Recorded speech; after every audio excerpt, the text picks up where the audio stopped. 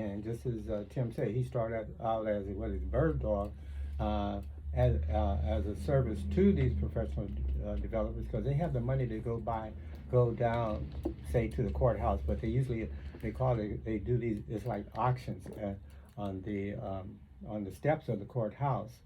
And at that time, once a person has gone through, say, foreclosure, and has extended the 90-day period in which to what they call cure or take care of the arrears in the house, if they don't do that, then they have another 21 days, which happens in terms of going to sell. What that means, you either have to pay the total note off, note off, or just subject yourself to your property being sold. And where is it sold? At the courthouse. And that's exactly what happens. And a lot of developers take advantage of this process because they got the money and say, like, hey, look, your property has a lot of equity in it, so definitely they'd be there to try to swoop it up. And these are professional people. And if your bank account and you don't is not flush enough to take care of the money at that time, I think you have a 25% obligation to put down at that particular time. I attended one of these auctions, and the prelude to it, in other words. But they said that one of the stipulations, you have to have 25% of the money that's required to buy this property going in. And then within, I think, 45 days, you have to be able to complete the total financing on the purchase of that property. And that 45 days that means that these developers have the cash amount of money ready to purchase this property. The common individual is not really in the position to go down and take advantage of these type of process unless they have saved up through family, whatever, or individual resources. So, I mean, that's just an outlet. If you're in a position to do it, yeah, you can go down there and probably get some properties at a discount because these properties have been foreclosed on, and the individual's not being able to take care of it, and then their property went to sell. So you can come up with good equity in the property at this juncture. So, if you're a housing professional, right, looking for deals, right, the Courthouse is a source for you to find real estate property deals. Right, for various reasons, people's homes get foreclosed on, right, and we hope that is nobody has to deal with that, but we're more so just want to give you information as to things that happen at the courthouse, right, that you can kind of be aware of and be aware of how to navigate to take advantage of, right? Because like he said, the professionals do it, but why can't we be professionals, right? We can just learn a little bit and be able to really generate a lot of, I would say, benefit to not knowing anything, right? For the simple fact where if somebody bring you to court, right, on and how to operate, most courthouses has a self-service department, right? So if you go to any courthouse, more than likely they're going to have a self-service department. So you literally, if you want to just be, if you have a day that you can invest to get comfortable with the courthouse, I encourage you to take a visit to your local courthouse, right? If you're in the Valley, right, go to Van Nuys. If you're, somewhere here, South LA, right, go to Norwalk, right? They have different courthouses that you can go visit, and they have a self-service department, right? And depending on what information you want to start off learning more about, you can ask them that, right? They can guide you to the right place, right? They're not going to be able to give you legal advice, but they can guide you to the right department or people to talk to. So one of the other things I wanted to mention is that, yeah, some people lose their homes by not paying their mortgage, right? That's like the typical one, and the banks take them through the foreclosure process. There's also an instance where maybe for whatever reason a homeowner hasn't paid the property taxes. And that's another way where properties, they get a lien on their property, right? And you can actually, as a common person, right, you can go to the courthouse or your county's recorder's office, depending on where they do their tax liens in your local community, and you can buy the tax lien. So you can actually just buy the tax lien. So say, for example, your neighbor, your neighbor didn't buy or pay for his taxes in the last 5 years, right? You can buy his tax lien and say, hey, if you don't pay it off, then you have a good chance of getting a house, or at least for going through the foreclosure process, because they haven't paid the property tax. Another thing is, if they do pay it, right, they say, hey, I want to keep my house, right? The government, you don't even have to do it yourself. The government, they charge them an interest rate, right? And they give you that interest rate for you buying or covering that fee for them temporarily, right? I actually got referred, one of our in-house gurus, housing gurus, Mr. Felix. He gave me a tax lien investment audio book, right? I had a couple of these. I actually have a couple of these programs where it teaches you about tax liens and judgments, right? I think it's very important for you to learn about liens and judgments, right? Because it's really phenomenal how much happens at the courthouse, right? And so, like, here's another resource, a guy who did a program. His name is Mike Warren, right? He created a do-it-yourself guide on how to navigate judgment and lien, right? He called it the judgment and lien money machine, right? Because what he showed people how to do is to go into these courthouses and pretty much buy the lien, right? And how to pretty much be a proactive. And again, there's a lot of benefits, right? You can buy the lien at a discount.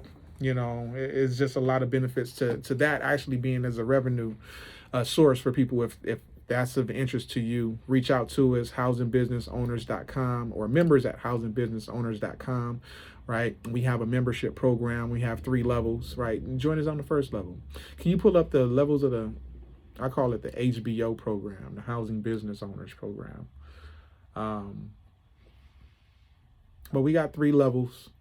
And the whole objective of the program is to give people the support they need, right? I get calls all the time that say, hey, somebody need help with a contract, right? They trying to get a grant, or hey, somebody trying to start a group home, or hey, I'm trying to start, a shelter, right? All of these things are things that we have to invest time in looking at each case by case and seeing how we can give people the right information. I want to kind of interject Go a ahead. couple of examples in terms of those tax liens.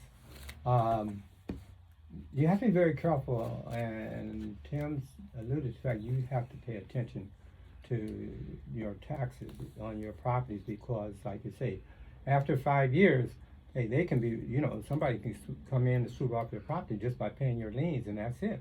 You don't have to own that property. There was an example of that a few years ago of a senior citizen. I think this guy was probably in his 70s or what have you, and he had ownership of a condo. Of course, he not paying attention. He got notice, hey, look, you have a tax lien that you have to pay. And he just, okay, fine, he naturally, he wasn't paying attention. He just let it go. After 5 years, he got a notice that he had to get out of his house. And they said, what do you mean? This is my house. I don't have to get out of my house. And the guy showed him by the process of a tax lien, they had actually gained ownership to his home. And it was pretty kind of brutal to the guy. So what happened, some people did step in and help him save it, because he had no knowledge of what was going on. Plus, he had not been paying attention.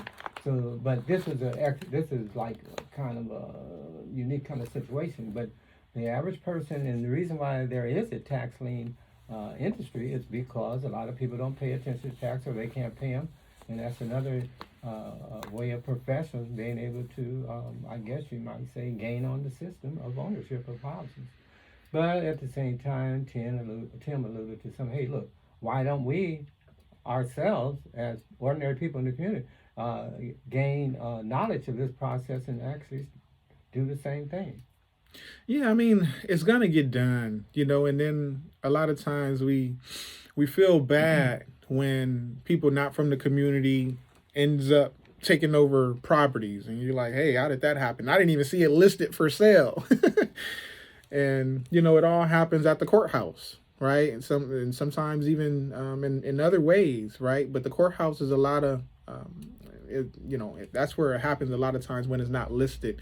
Even, if someone passes without a will in place or a heir, right? They go to probate. The property has to go through probate, which is at the court, and they hire somebody to pretty much sell the property, or at least relinquish the property, at a certain price.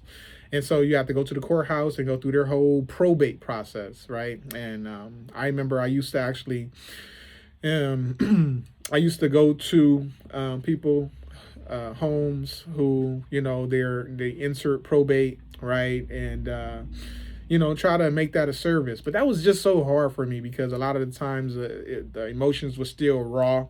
They wasn't ready for that conversation to be had about what they're gonna do with the property. But the reality was they were in probate and the property was up for sale. And so we want to be proactive when it comes to the courthouse. We want to know the different scenarios that can happen and how we can put ourselves in a position where we can take advantage of maybe opportunities, right? Or maybe prevent ourselves from our property going to the courthouse, right? By understanding the repercussions of certain scenarios that could happen, right? As a homeowner or as a renter.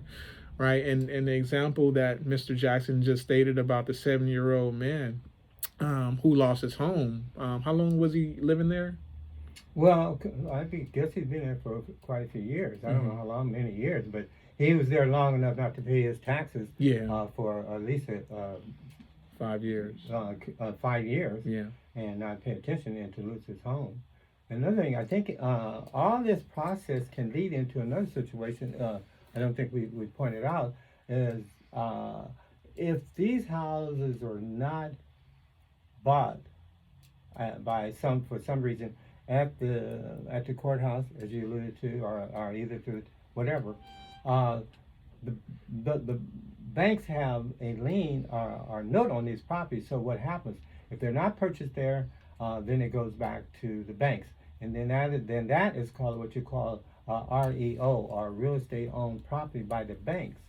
Then you can go, hey, look, search these banks. Say, what is your inventory of REOs? Because they don't want those inventories on their books, and you could probably, and then they have a broker that they have engaged to negotiate people on the sale of these REOs, and a lot of times you can get properties at a discount through that process also.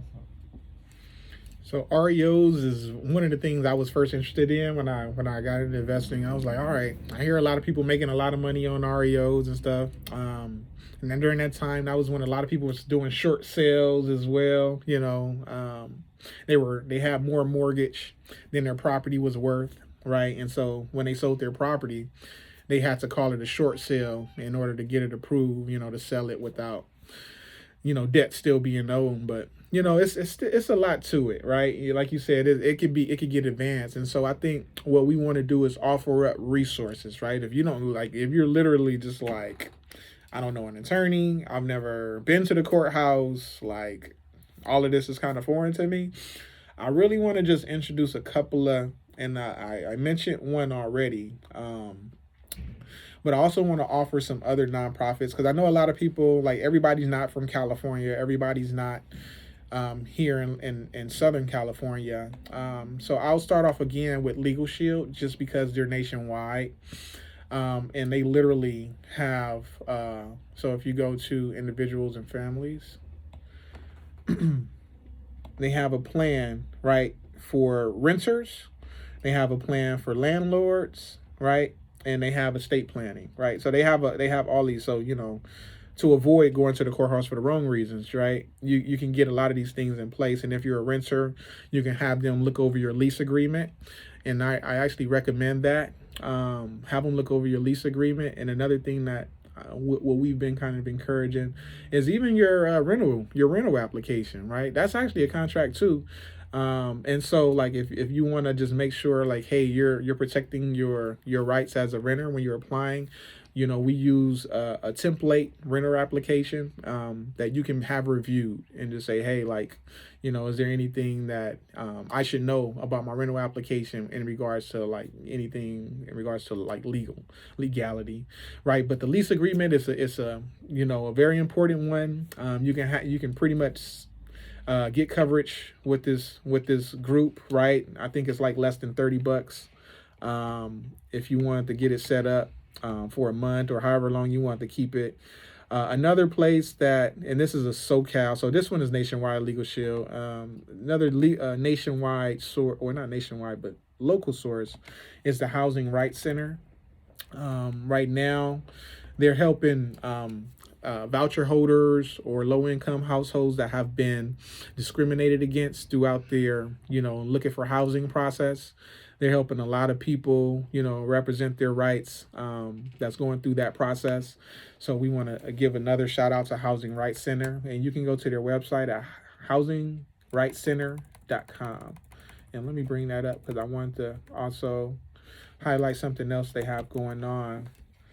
And then the other one, as I'm pulling that up, is the Legal Aid Foundation, right? So these two organizations, Housing Rights Center and Legal Aid Foundation, they are nonprofits, right, that are funded to help low-income families or people that needs access to affordable legal assistance, right? I've accessed them, right? They will listen to you, whatever question you have, right? They'll refer you to more information if you need more information. If you're dealing with a situation that somebody's trying to take you to the courthouse, right, they will actually look at the case file, right? If you have a case file, they'll look at it, review it. So this is just another source, right? And like I said, it's a nonprofit. They have a hotline, right? It's 1-800-477-5977. Again, this is the Housing Rights Center. You can also go to their website at housingrightcenter.org. Also, I think Tim was mentioned the Legal Aid. Is it Legal Aid Society or something like that, or Legal Aid Foundation. Foundation, yeah. Mm-hmm. They are very good in terms of. I think they have a component in terms of helping people with their evictions and what have you, because their services as a nonprofit component the cost is much lower, and they actually accomplish the same thing as what the professional legal services people. Yeah, they are their attorneys. Yeah. So like Legal Shield, they're like the access to affordable attorneys. It's more like a network of attorneys. That's hold on. Right. Housing Podcast. This is Tim. Hey, hold on just a sec. I can't hear you on my headphones. Say hello. Hold on. Try to get you looped in on the audio so we can all hear you. All right. All right. So is this Nick? It is. Hey Nick, how you doing? I'm doing great. How are you doing today? I'm doing well. So hey, we was just on a topic of different resources, and I'm glad you called. I tried to get you on a little sooner, but I'm glad you was able to get on. So Nick is an agent for Legal Shield, and we were kind of talking about different resources. So if you will, can you introduce yourself? Sure. My name's Nick Tessie, an agent of Legal Shield. I've been with them about a year, and I think it's one of the best programs I ever purchased. I purchased it, and I was elated by all the services they have and the inexpensive cost they have. And they asked me if I wanted to represent them, and I jumped right into it. So I'm a very excited user of it myself. Okay. So a lot of times we deal with the like the everyday, a lot of people that maybe don't interact with any legal stuff, or at least haven't yet. Yep. Is there like what would you recommend, or how do you suggest Legal Shield be a resource for those? Oh, okay. I had the same thing, except every now and then I would need a lawyer, and I needed them quick, and then you have to go out and research and try to find a lawyer, somebody you can trust, somebody's not going to cost you the entire savings you have. So the first thing, once you get into Legal Shield, is to do your will. You got a free will you can do, and they said 70% of all Americans do not have a will. So it's very important you have one if you stop and think about it, because if you have anything worth leaving to anybody, you want to make sure the person gets it that you love the most.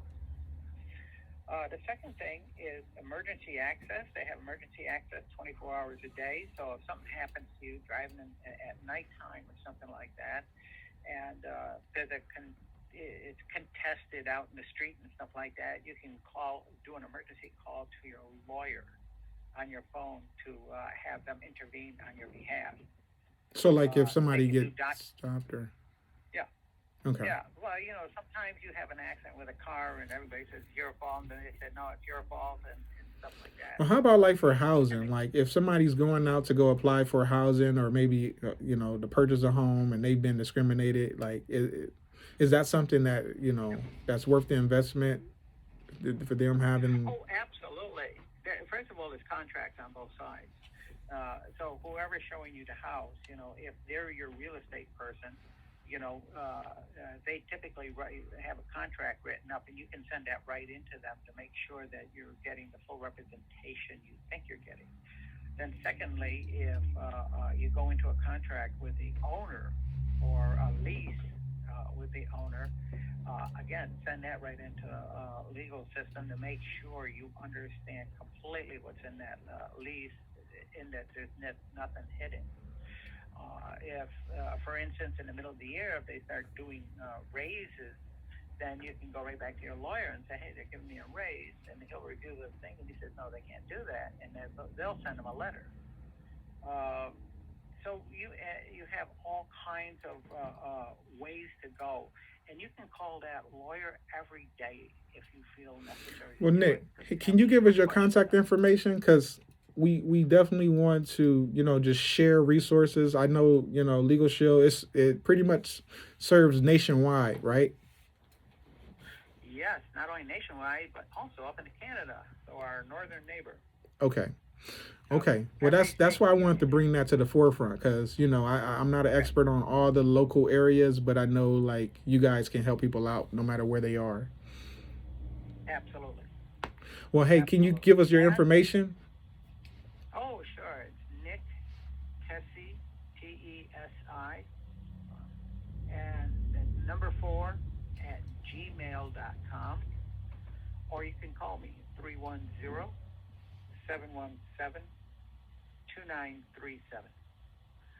And I'm just right here in Redondo Beach, so I'm close to all y'all. Well, hey, thanks for calling in, Nick. We appreciate you. We hope to have you back soon when we maybe have another episode on some specific situations that people are having. I know we got a renters workshops coming up, so we want to maybe have some more legal conversation in regards to the renters workshops. Okay, great. All right, thanks, Nick. Pleasure being with you guys for the time. All right. Thank you. All Bye. right. Bye. Thank you. Also, thank you, Nick. This is Marvin Jackson. I think something pretty excuse me, pertinent and straightforward on this legal system that individuals should keep in mind when they do get evicted. It's almost a foregone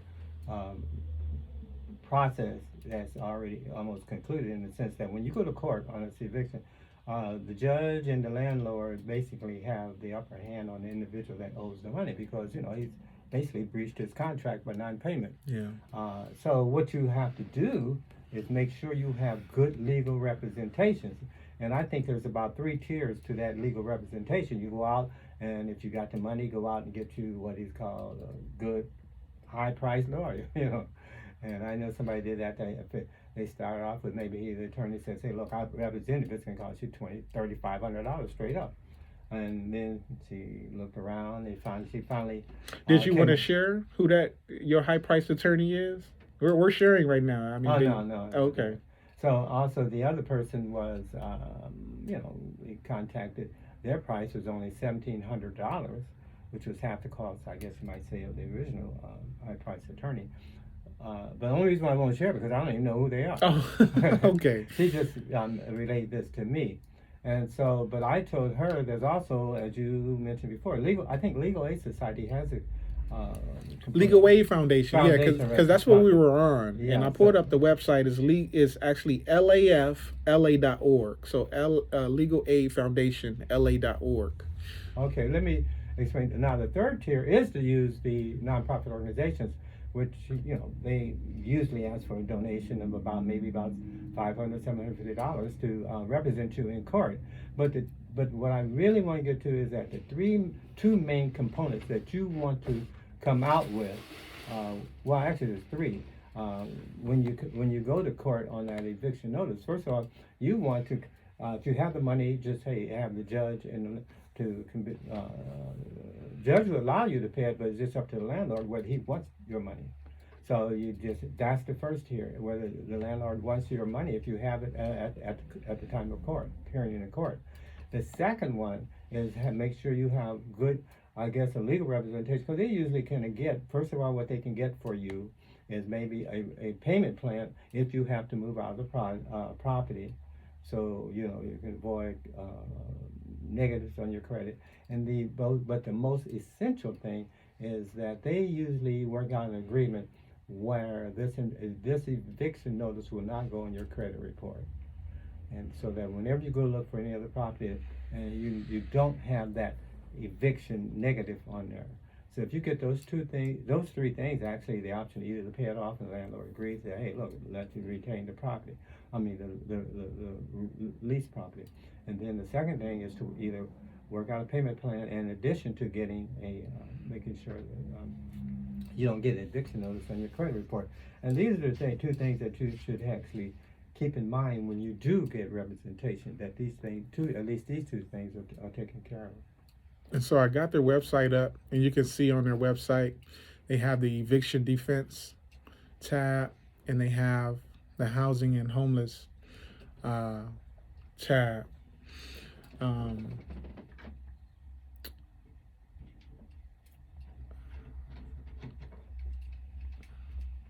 Okay, but I just want to point that out there, guys. And thank you for just expanding on all of this stuff, Mr. Jackson, because this stuff can get a little, like you said, it can get in the weeds. And I think the most important thing we want to do, like you said, is just give people the bare minimum of, hey, what are some pitfalls? What are some steps you should take if you don't have access to legal services? So if you can't afford, or if you don't have an attorney right now, right, look at maybe start off with the one he ended on, with the free ones, the affordable ones, the nonprofits, right? You can Google local nonprofit, legal nonprofit, or hold on, let me see. It's called disappeared. But yeah, they have different names for it. But I would definitely say, if you can't find one, we'll help you find one. So you can always reach out to us, and just bring up our membership program again, the Housing Business Owners Membership, right? We're a network of professionals that partner up to help you build your business, right, or help you accomplish your housing goals. So if you're, a renter, if you're looking to become an owner, or if you're in a business that serves people with housing services, right, we want to be a resource. We want to encourage you to join our Housing Business Owners Membership Program, and we have 3 levels. I don't know if we was able to pull up. I know it's a little hard to see. But we'll try to pull it up again right now. So we got 3 levels. It's there. You just can't see. Oh, okay. So we got a $200 level, $400 level, and an $800 level. And we have pretty much details on what you get for each access, right? But the lower level, the level 1, gives you access to the network, right? Where literally, if you want to start your business, right, this will kind of get you on the right track, positioning your business in a place where, hey, you're compliant, you got all the business certifications, you at least you're aware of the business certifications that you need, right? Because even that is a process. All right, so we just want to bring that out, and we wanted to also make sure we give a shout out to South Bay podcast and recording studio, right? We love being able to provide quality education here. We love your hospitality. Always a pleasure being here at your studio. If you guys want to learn more about South Bay Podcast Recording Studio, you can give them a call at 855-9-RECORD or reach out to them on Instagram at South Bay Podcast, right? It's popping. And, you get to see some other shows that's going on, right? And we enjoyed being able to provide, this topic to you today, the Courthouse, right? We're going to have some other episodes. Maybe we can bring in the Housing Rights Center or some of the local nonprofits that we talk about, just so we can kind of hear their voice, right? And get their perspective and recommendations on how to access their services. So, hey, we're ending, and thank you again for joining us at the Housing Podcast. Did you want to give them any statements before we headed out, Mr. Jackson? No, exactly. Just appreciate your guest attendance by way of podcast, and that hopefully we can help you with any kind of housing or business situation that you're in. And if you have any particular topics, just write us or call us in, and we will address them. And hopefully we can relate to you, particularly in taking back your community as far as taking advantage of the gentrification for sure that's going on. And there's ways we can actually take advantage of that situation. That's right. Let's take advantage of the situation. Let's empower ourselves. Let's continue to inform ourselves and educate the people that we love. Thanks again for being here at the Housing Podcast. Till next time. Peace.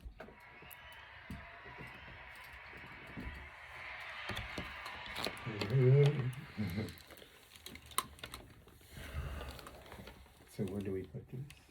There was a stand. Yeah, no, there was a stand. I took the stand. Oh, okay. I knew it was something going on. Yeah. Very good. All right, real good. Thanks so much. Did something with it. Yep. Now I got this team meeting. Oh, man, I got people all over me now. So, all right, so for sure next week, is that what it is? yes, sir. Back Okay. on. All right.